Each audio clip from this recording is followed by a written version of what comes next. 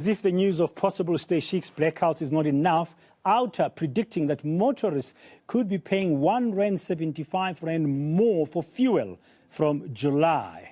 Many South Africans are looking for solutions to the power and fuel price increase problems. So what about an electric car?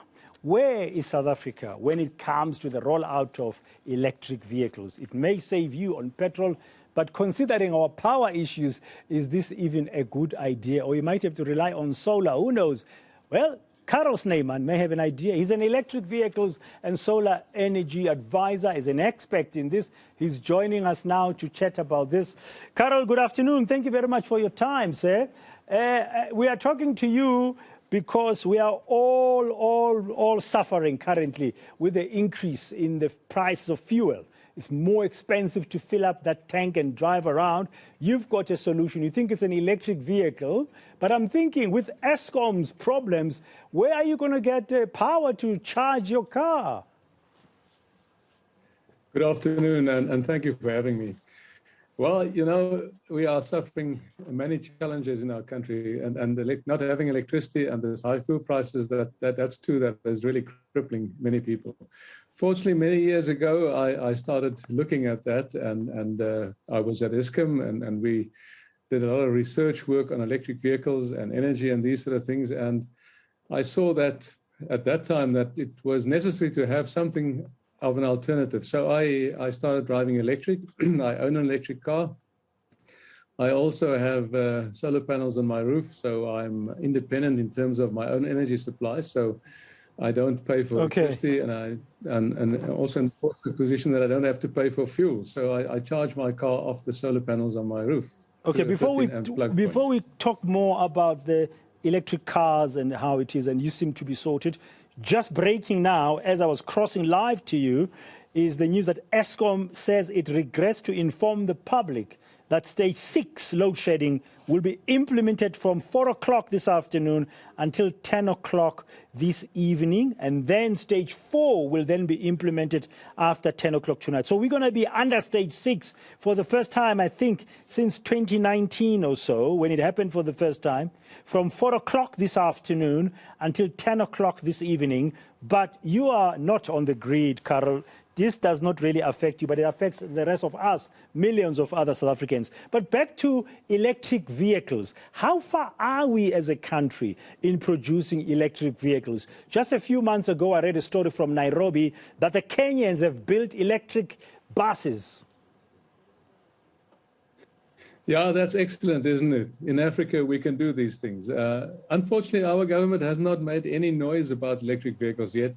There are no policy statements and things. There was a green paper May month last year that was published, and we are waiting now for the white paper to see what is following on that. Unfortunately, it's been very quiet. There's been noises and speculations, but we have to see what the real statement is going to be. Of course, if we do not follow what the world is doing, we might fall behind, and we might even lose our vehicle manufacturing industry in South Africa. Because by end of this century, 2030, internal combustion engines sales will be banned in Europe, and we have a big market there. We are exporting about 65% of all the vehicles that we produce in South Africa to Europe and England. And if we do not start doing something soon, we will be falling behind and losing that opportunity. Or we might be rushing last minute to do the conversion. It might be too late to convert the assembly lines to produce electric vehicles. Are there electric vehicles available from other brands currently that are being imported into the country? Which one is yours, for example? Are you willing to share that? Yeah, no problem. I started when Nissan brought out the Leaf. I was one of the first buyers of the Leaf, and my daughter is currently using the Leaf. I have a BMW i3 now because I'm passionate about these things. I like to test and drive everything that is available. But there are also other more expensive vehicles, and the motor car manufacturers typically start with the high-end vehicles when they bring out new technology. So we have Audis, we have the Jaguar, we have Land Rover hybrids, we have the Porsche, we have Volvo. All these big brands have brought out high-spec vehicles, which are a little bit more expensive, well, a lot more expensive than my BMW i3, and a little out of reach for most people. So hopefully we'll see the lower cost vehicles coming in. But the terrible thing that happens is we have a very high tax on these vehicles in South Africa, as if the government says that, hey, we don't want electric vehicles, you know? And that's very unfortunate. You pay about 43%. How many? How much? 43% in total. The tax for an electric vehicle in the country. And this is a country that when its leaders like Matamela, Cyril Ramaphosa stand up on podiums, they speak about a just transition of energy to renewables, and they tax you 43% for an electric vehicle. Come on, guys, they can't be serious. Yeah, you see, the thing is, in the beginning, they thought electric vehicles were only for the rich people.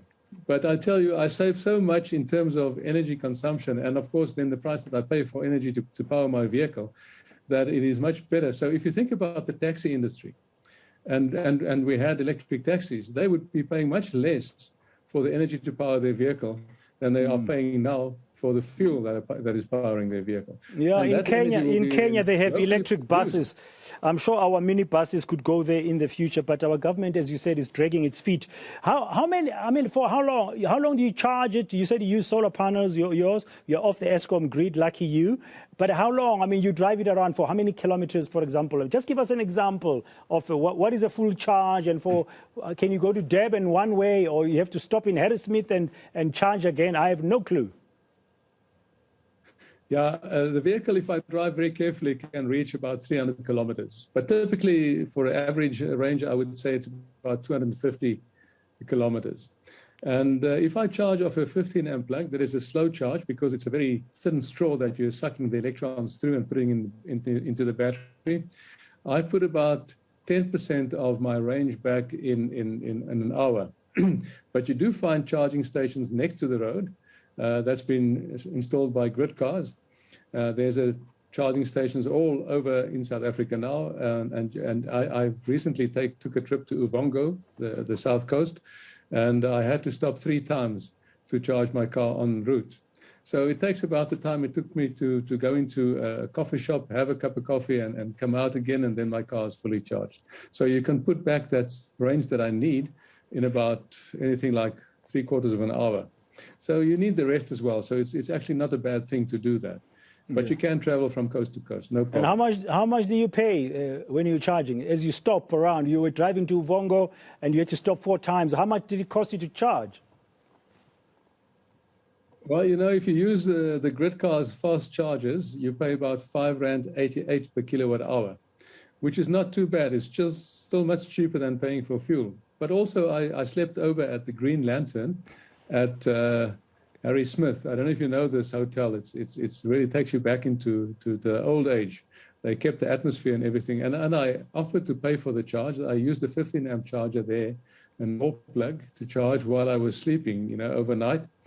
And I offered to pay for that, and it would have been about 150 rands. And the man said, no, it's too little. You don't have to pay anything. So you find very kind people as well that accommodate people that drive electric vehicles and sleep over. So that was very kind. But I would, of course, in future, try and help him to install a slow charger there, because people typically stay there for a long time. Yeah, they say no question is a stupid question. Now, here's my next one. We say you get so many liters for a full tank to go on a journey. How many kilowatts you need for your car to be you said you got a BMW i3 to be fully charged? Yeah, the total amount of kilowatt hours in the battery is about 37 kilowatt hours. So that 37 kilowatt hours can take me about 300 kilometers. And the total cost of that is how much on average, if you do it once, the 37? Well, if I charge, if you would charge at a normal Eskom tariff at home of a 15 amp plug, it's about 2 rands per kilowatt hour. I think that's the lower side of the electricity price, if I remember correctly. I haven't paid for electricity for quite some time. Then it will be about double that. So it'll be about, what is it, 70 rands, a little bit more than 70 rands that you would pay to charge, to fill up your tank, if I can put it that way. Oh, thank you. But if you do a fast charge, it's about 3 times more. It's 3 times more. Okay. The faster the charge, the more you pay, but it's still cheaper than 24 rand a litre of petrol to fill up a car. Ouch! Well, you were smarter than most by moving ahead. Well, the electric vehicle is much more energy efficient than the petrol car.